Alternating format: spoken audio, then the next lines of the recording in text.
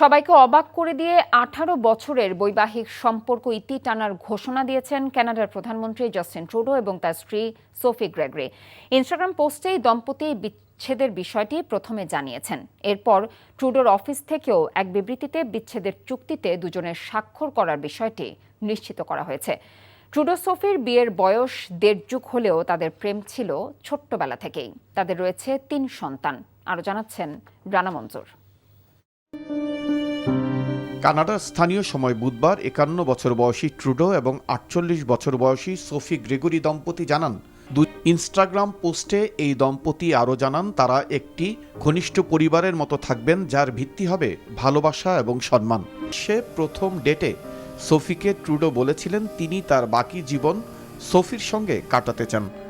প্রথম ডেটের 1 বছরের বেশি সময় পর সোফিকে বিয়ের প্রস্তাব দেন ট্রুডো। 2005 সালের 28 মে তারা গাঁটছড়া বাঁধেন। 18 বছরের দাম্পত্য জীবনে তারা 3 সন্তানের মা বাবা হয়েছেন।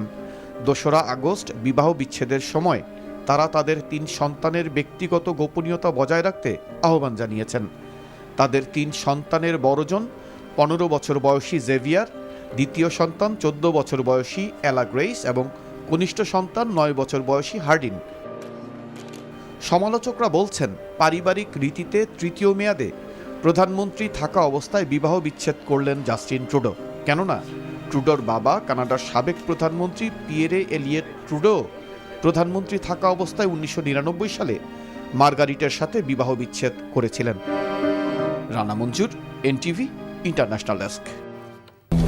চেয়ারম্যান সাহেব, আমার একটা কথা আছে। তো কথা ছিল তুমি পিছে গিয়া সামনে আসো।